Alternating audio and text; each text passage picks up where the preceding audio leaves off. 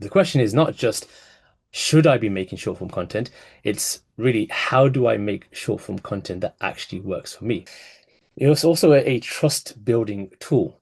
Is this useful? Is it relevant? Do I trust this person? Do I want to hear more? Do I care enough to follow, save, click, share, or even come back?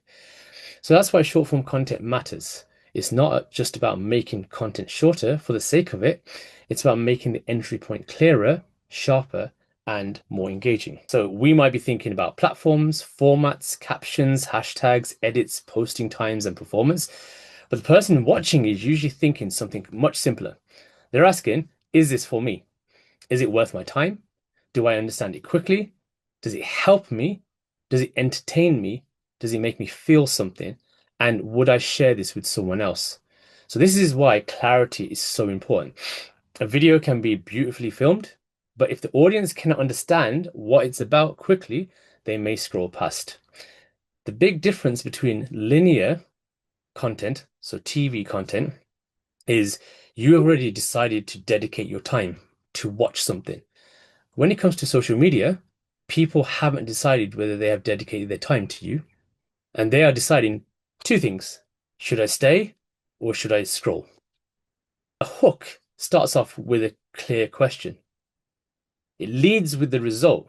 So you want to show the outcome first, then explain how you got there, and then create instant curiosity and gives the audience a reason to stay. TikTok were the first platform to introduce something called autoplay, which means that the videos automatically play with no intro, with no ad. You just scroll, and 6 hours later, we're still scrolling. People don't really want intros. They want something that provides value instantly. You don't need a logo animation. You don't need a long title sequence. You don't need a full explanation before showing the value. For example, instead of starting with last week, we delivered a workshop about digital content, you could start with by the end of this workshop, every group had created one video from scratch. So the second version gives us the outcome first. Outcomes are often more interesting than introductions. I do still see them. And I'm like, why? Because people will not wait for the intros. They just want to get into the video. So before filming or editing, try completing this sentence. This video is for people who want to ... Okay? Ask that question all the time. Who is it for? Or after watching this, I want people to understand ... Ask those two questions. And if you struggle to answer that question, stop posting it. Go back to not quite back to the drawing board, but realize then, okay, what do I need to add to this video to be able to answer these questions? If you take just one thing from today, let it be this. Short form content should not just be shorter, it should be sharper. Sharper in the message, in the opening, in the value, and it's in its understanding of the audience. So that's always the most difficult thing at the moment is where you're asking for someone to pay or do that. But the best way of actually doing it is providing value first. So if you want people to buy something or attend something, you have to show value as into why should they do it in the first place.